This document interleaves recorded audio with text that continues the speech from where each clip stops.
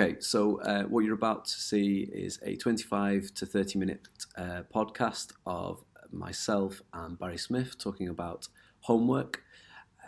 You cannot see my face, and there's a slight technical issue there. You might see that as a bonus, but just to let you know in advance, you will be watching Barry throughout. I see that as a bonus. It was a really wide-ranging 2-hour discussion, which I've narrowed down to 25 to 30 minutes for what I think is kind of the most purposeful elements of the discussion. I think homework is something that we really need to get right in education. And, you know, at various points in my career, I think I've developed things that have worked in certain settings. I need to try them in a different setting, it doesn't quite work. And so what we end up with in this discussion is, like I said, very broad strokes about what homework could be, what it should be, some considerations.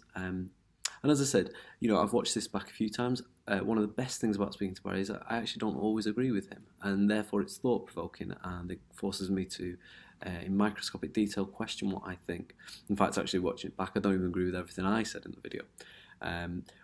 I think probably down the line I'll record sort of a response video to it, because it was such an interesting conversation, and there's a few things that I wish I'd said, a few questions I'd wish I'd asked, but also there's a few things that I've reflected on since, which I think are important reflections. So hopefully you'll enjoy this. As I say, it's 2 hours, reduced to 25 minutes. So it's a really good companion to Barry Smith's podcast about homework. If you haven't seen that already, or listened to that rather on Spotify, it might be worth going and following up with that. Enjoy. Joined by Barry Smith today, a man who needs no introduction, and we're going to just very briefly talk about homework. Barry, one of the things that I thought we'd start off talking about is the EFF findings, and obviously a lot of schools place big value on homework because of those findings. And I wanted to sort of get your opinion on whether you feel homework is this panacea, this great thing that absolutely works. And if it does work, how does it best work? And sort of unpacking that question a little bit, where is it, when is it optimal, sort of, when is homework optimal in schools? Right. I've never worked in a school where homework's worked. There may be schools where homework does work. I've never seen that school. When we were at Michaela, we did lots of what we call self-quizzing. It was copying. There's nothing wrong with copying. If I wanted to learn some new French, if I want to learn anything, if I copied it and I thought about it and I thought carefully, then I would retain that knowledge. There's nothing wrong with copying. But you can also copy mindlessly. And, you know, a lot of kids are going to copy mindlessly. If you're going to set homework and they don't do it, then you have to follow it up. Well, what if you're a typical French teacher? You might have 10 classes. You might be teaching 300 kids. And if you've got lots of top sets, you might have 30 kids in the class, 25 kids do the homework, although to what quality? And you've got maybe you've got 30 kids in the class, 25 do them, top set, 5 kids don't. You could arguably follow those up.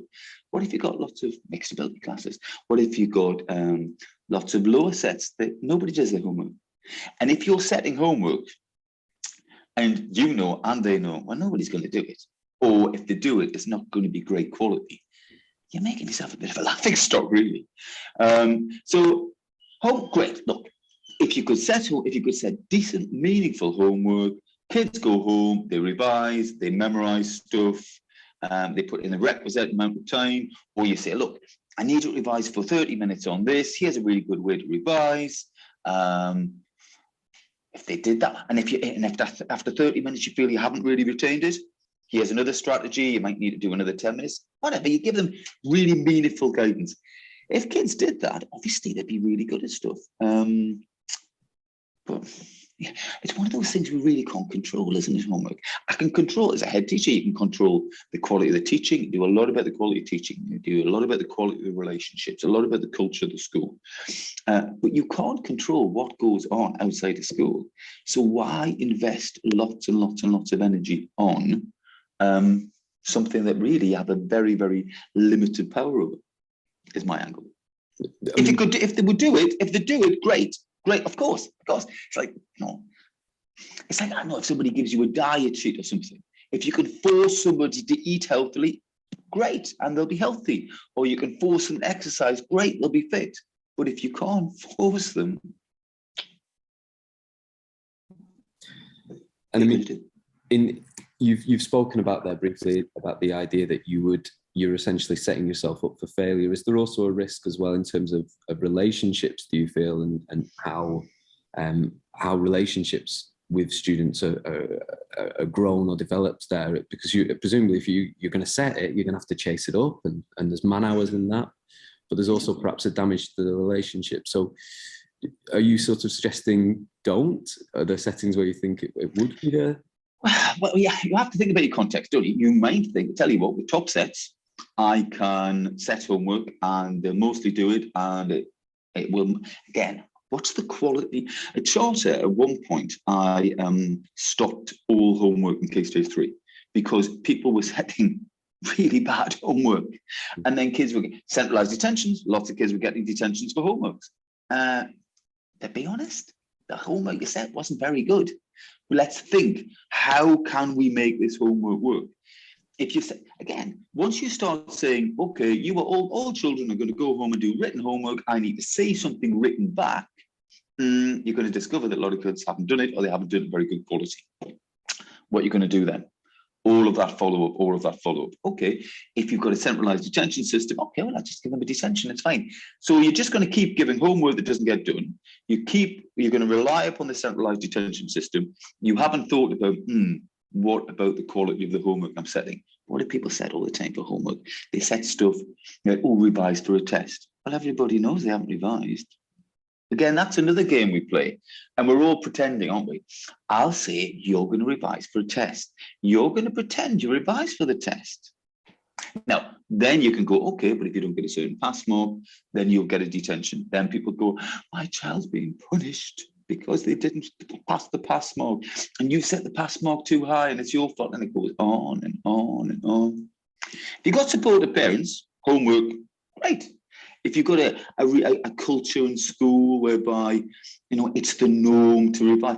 Look, I'm sure there's some great high achieving schools or some grammar schools where, doing homework is the norm.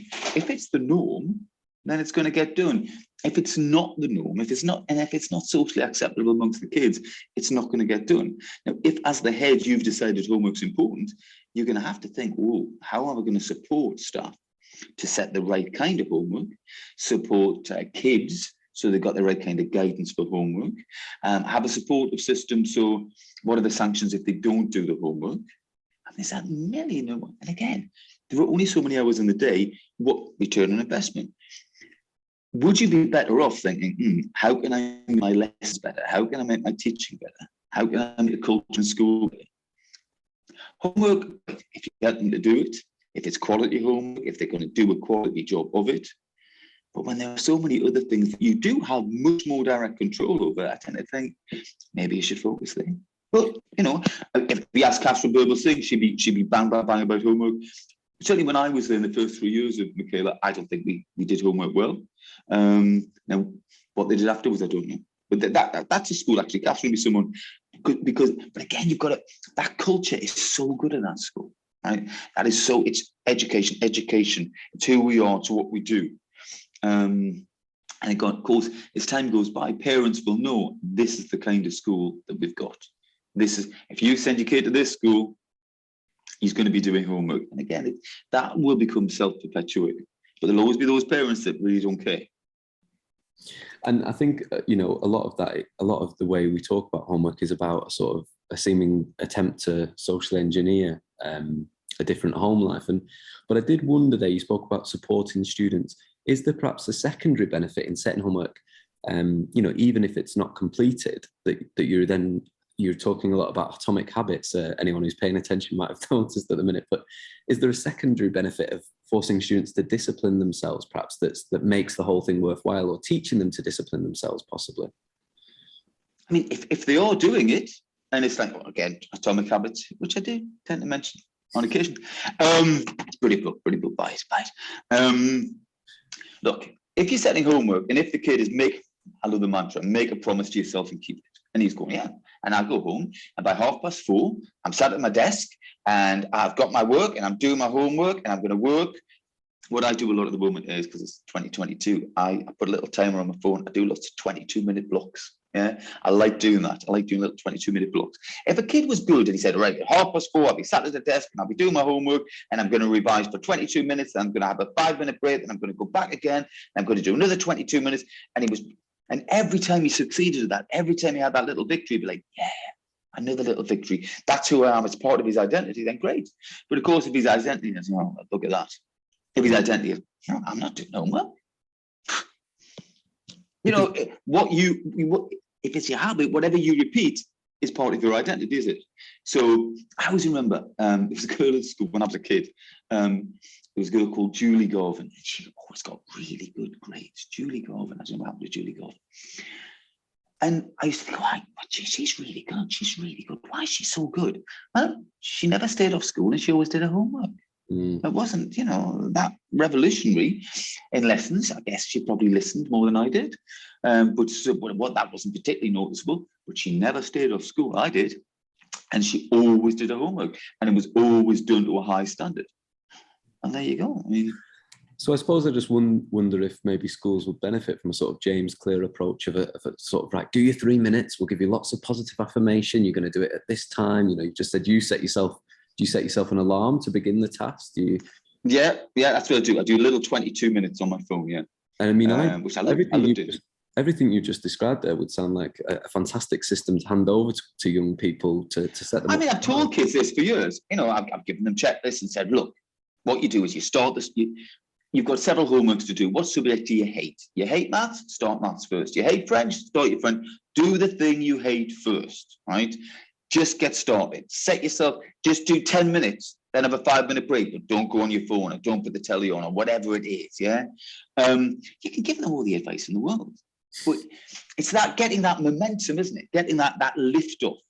Like fitness, it's like health, it's like anything. Why are so many of us eat badly? Or why don't I floss my teeth enough?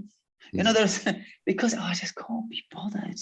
I don't really see the benefit. And the teacher sets some homework, man, it's rubbish anyway. It's a rubbish homework.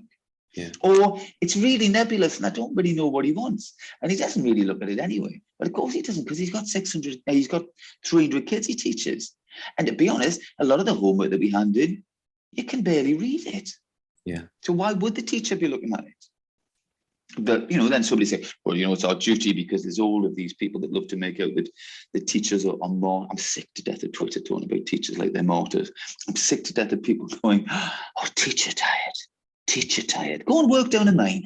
Yeah. But anyway, look, it's a lot of work.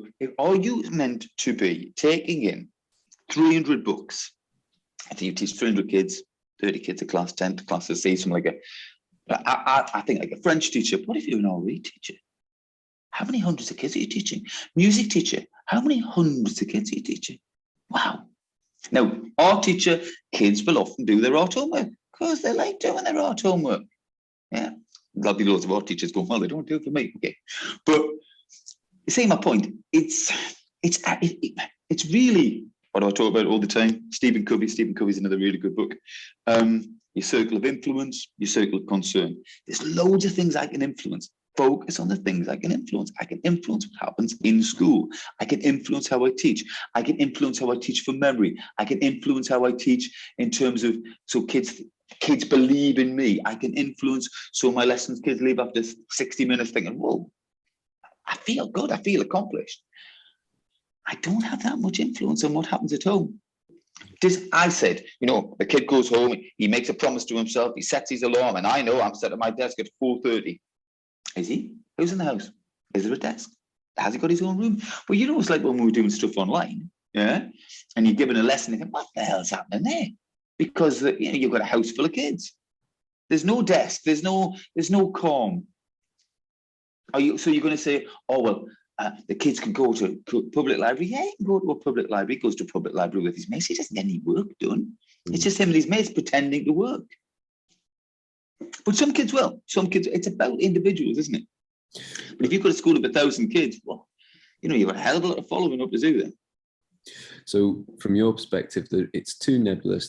there's too many problems for it to be something that schools invest a lot of time on. If you are confident that the culture is in place in the first place, drive straight at it and get the extra hours for students and invest in that time. But it would really depend. What is the culture of your school like when they're in the school, right? You know, I've got lots of schools where you can barely get kids to sit down and look at the teacher. They sat like practicing content. You know, they're giving the teacher the look. Oh God, you're boring me, man. And sometimes the teachers are boring because, you know, we're not there. We're not kiddies entertainers. That's not our job. The kids have got to meet us part way. But if you can't get them to engage in the lesson when you're there and they sat in front of you, what chance do you have at home? Yeah. What chance? He wasn't really listening to you in the lesson anyway. He was investing a lot of energy in like, I can't be bothered with this bloke, and making sure that you know he can't be bothered, right? And then he's meant to go home and suddenly become this model pupil. Based upon some homework that you've said, it wasn't very good anyway, because it didn't set them up for success. So, yeah, if the culture's right at the school, you stand a chance. But then you'll get parents that, again, you know, God, I've come across countless parents who they were adamant, you know, again. So for some parents, it's a sign of demonstrating, oh, you know, I really care about my children. So how are you manifesting that? Well, I never let my children do homework. I think it's terrible. I know I've come across parents like that. And they'll go on Facebook to say, isn't it terrible that they're giving homework? Well, we're trying to get them through the exams. Isn't it terrible? Exams, mental health. You know, and it goes on, and it goes on, and it goes on. Supportive parents, the right school culture, oh God, it's endless what you can do. I mean, you sort of alluded to it there, but is one of the reasons that schools and teachers once said is they're worried about how much content there is to get through, and they're trying to solve that problem. I think it's for Ofsted. I think most of the things we do are for Ofsted. If Ofsted said beat children with sticks, we'd all be saying, where can I get these sticks? Yeah. It's outstanding, yeah. And I beat them in an outstanding manner. I'm sure somebody's going to quote me on that.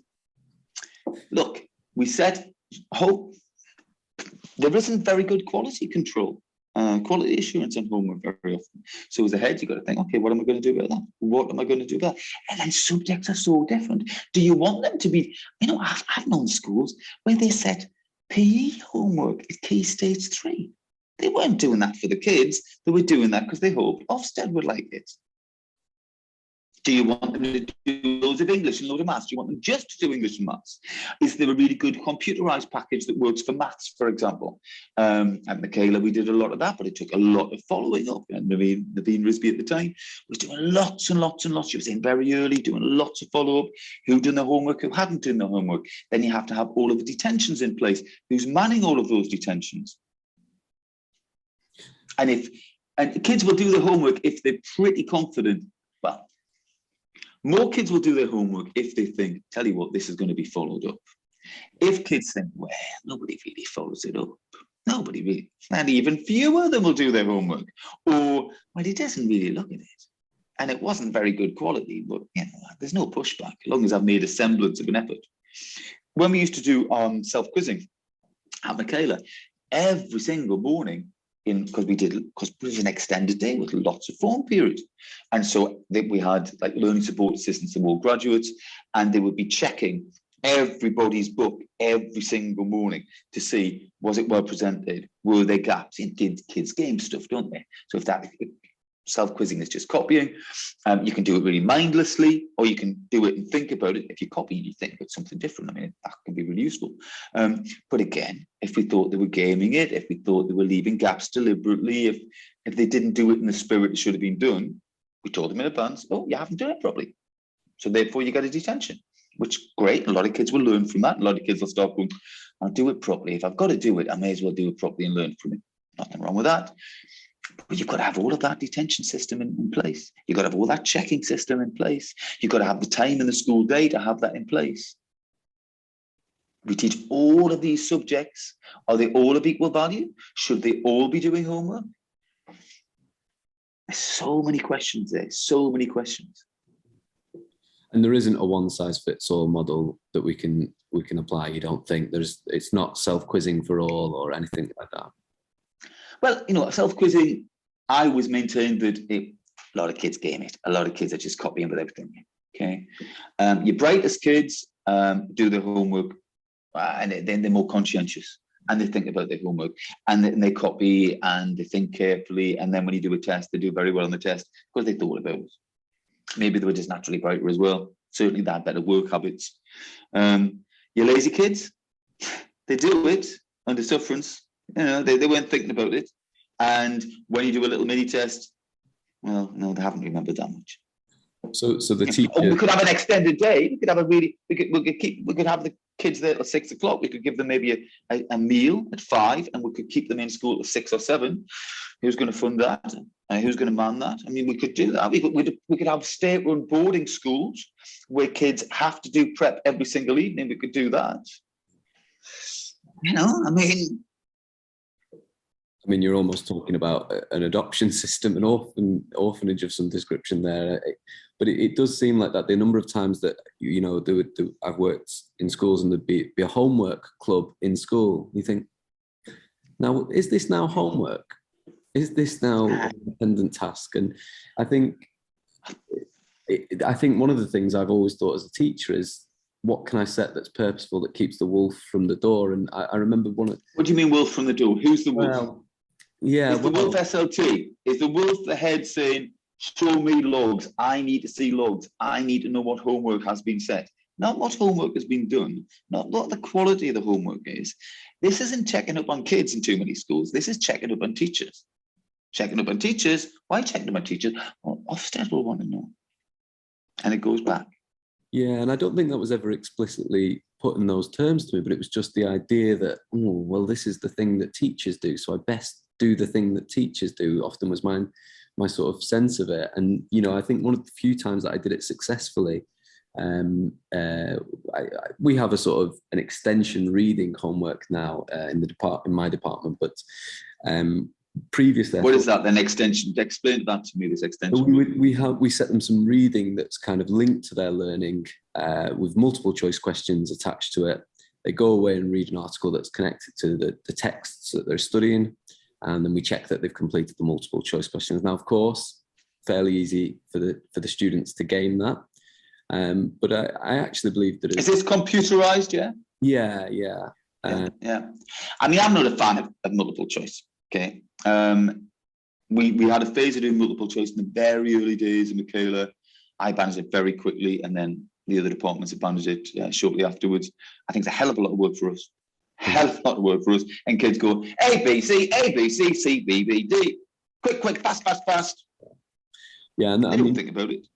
I think, you know, the time I felt I really had something with my GCSE classes when we sort of gave them nudge tasks. They were sort of short, you know, they talked about them as doing them on the bus.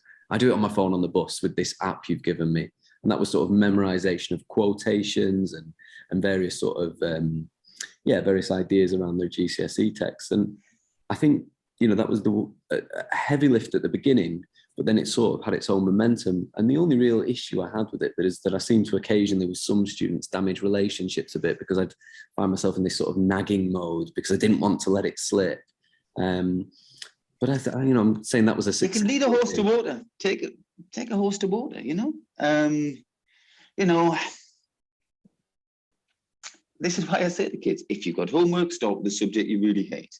Yeah. Get over that, and what's that expression? Eat the frog. There's a book called Eat the Frog. It's about time management. The big, horrible, green, disgusting frog that you really don't want to tackle. That's what you do first. Do the thing you don't want to do. They're great habits for life. But if we're meant to follow all of this up, and we've got all of these kids to teach, and I see so much going wrong in the classroom.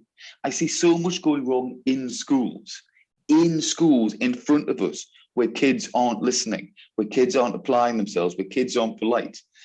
I think we need to fix that, as I keep saying all the time, broken record. 2019 figures, 43% got 5+ maths and English. 43%. And we're talking about homework. Clearly there's something going wrong in the classroom. We need to fix that. Some schools, God, I mean, it's just quite incredible how little is achieved, how much teachers are ignored.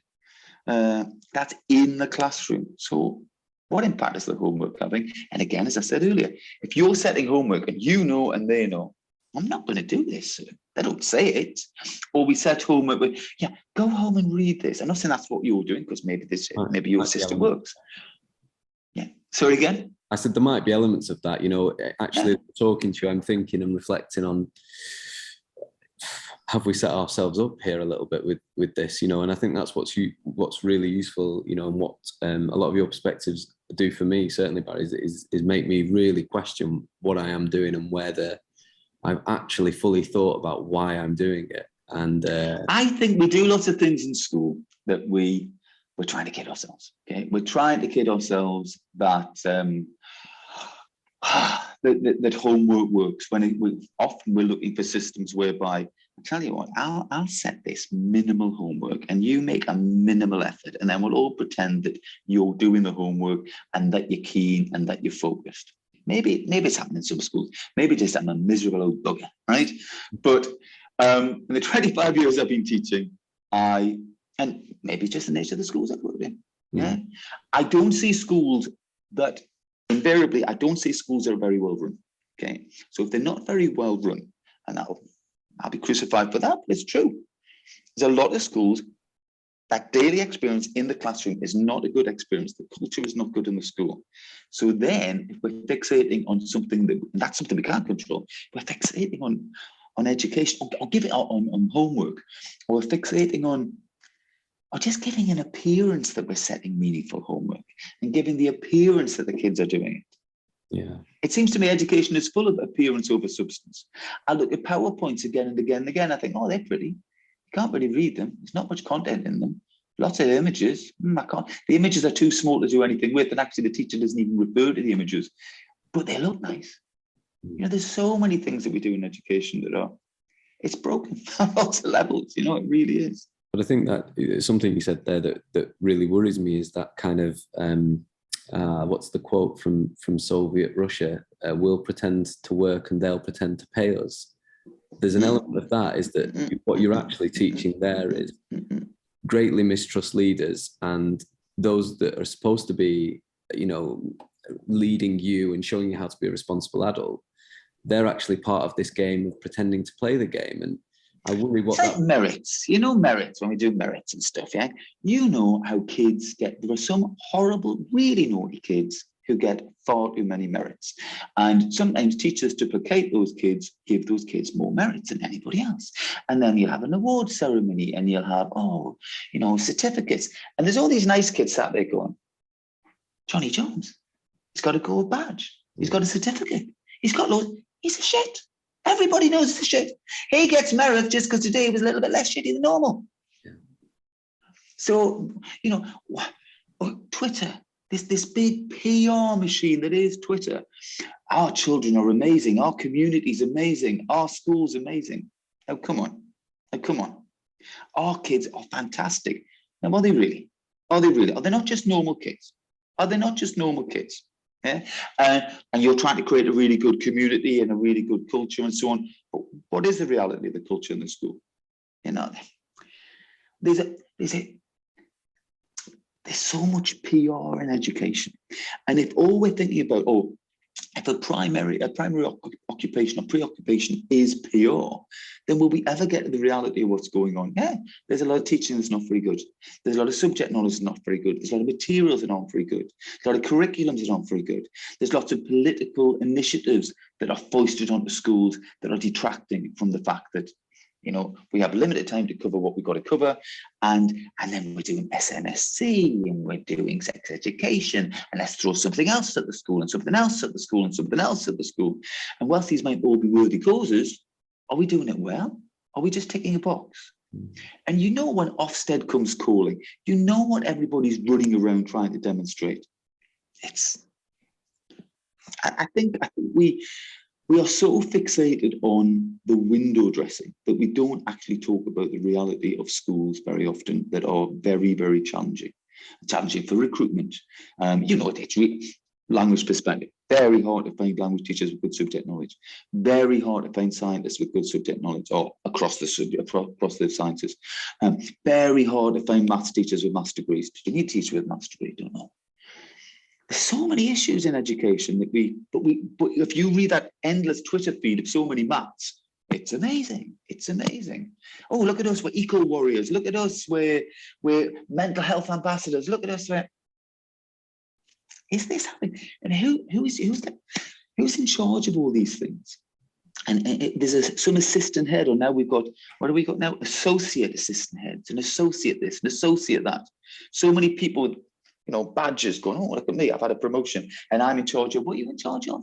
All right, okay. Is that really what the schools should be focusing on? So there's lots of questions in schools. I worry that we spread ourselves too thinly and we do stuff that is very zeitgeist. That's what worries me as well. A lot of things worry me. Well, Barry, listen, I think we've gone there off piece, but in the probably the best sort of way. And I think it sounds as though we've got... And that's head spinning, ranting kind of way. But there's some really key advice there that I think leaders could take, and those with influence on how homework's set and what homework is set, and whether even they choose to focus at their part of their journey that their school's on, whether they even... It's having impact. If you set homework, it's going to have an impact. Is the impact that you're creating a culture where teachers are lying to kids and kids are lying to teachers and everybody's pretending that they're doing something they're not? Is that the impact? What work impact is it? Workload impact is it having on the teachers? But you're bright and you're willing kids, you can do loads. You can do loads. But again, what's the argument again, isn't it? If you give homework, it will widen the gap. If some people work hard, it'll widen the gap.